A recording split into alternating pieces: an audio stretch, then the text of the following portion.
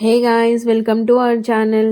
నేను చెప్పాను కదండి, ఆగస్ట్ 19న మా చెల్లిది ఎంగేజ్మెంట్ అయిందని చెప్పి. ఆ రోజు ఇంకా డాడీ ఇంట్లోనే ఫంక్షన్ హాల్ ఇంకా చూడకుండా ఇంట్లోనే ఫంక్షన్ చేసుకుందామని చెప్పి 20 kgs ఆఫ్ మటన్ తీసుకొచ్చాడండి. సో కడుగుతుంది, మా చెల్లి కడుగుతుంది.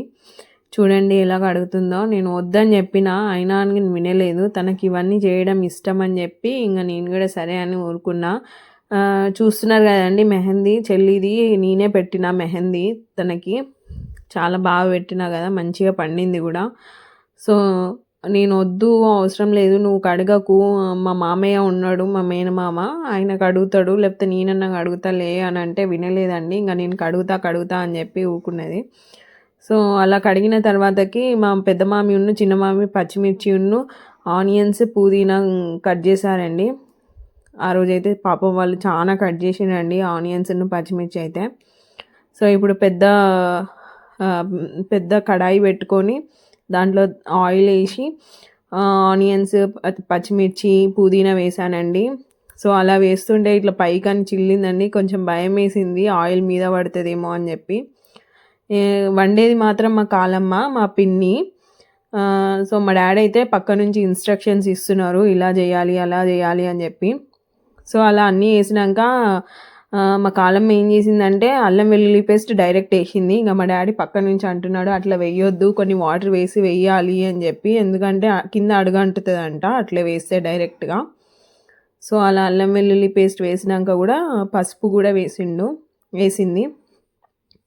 ఫస్ట్ 2 స్పూన్సే వేసింది. ఇంకా మా డాడీ అన్నాడు, 20 కిలోల మటన్కి ఆ 2 స్పూన్సే ఎక్కడ సరిపోతుంది, ఇంకా వెయ్యి అని చెప్పి. అలా అని అంటే ఇంకా కొంచెం వేసింది.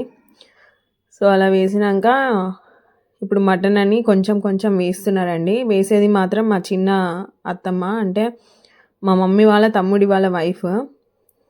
సో ఆ గంటె పట్టుకునేది మాత్రం మా చిన్న మేనమామ.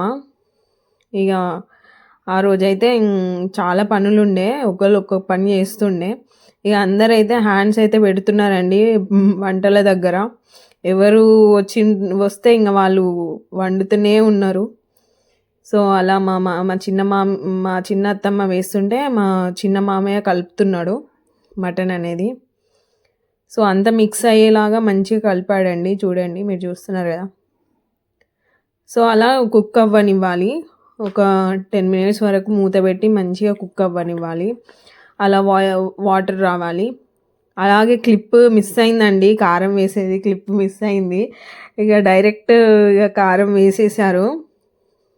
ఇది కారం చూడండి, కారం వేసినాక మంచిగా కలుపుకున్నారు, మంచి కలర్ కూడా వచ్చింది కదా. సో తర్వాత తగినంత వాటర్ కూడా వేశారండి. మటన్ కదా, మంచిగా కుక్ అవ్వాలి అని చెప్పి వాటర్ కూడా బాగానే వేసిండ్రు.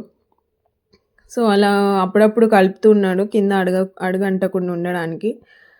సో అలా లాస్ట్కి అయితే కొత్తిమీర వేసి ఇంకా మసలనిస్తున్నారండి, ఎందుకంటే మంచిగా దగ్గర పడాలి అని వేసిన. లాస్ట్కి అయితే గరం మసాలా కూడా వేసి అలా కలుపుతున్నారు, ఎందుకంటే గ్రేవీ లెక్క వస్తుందని.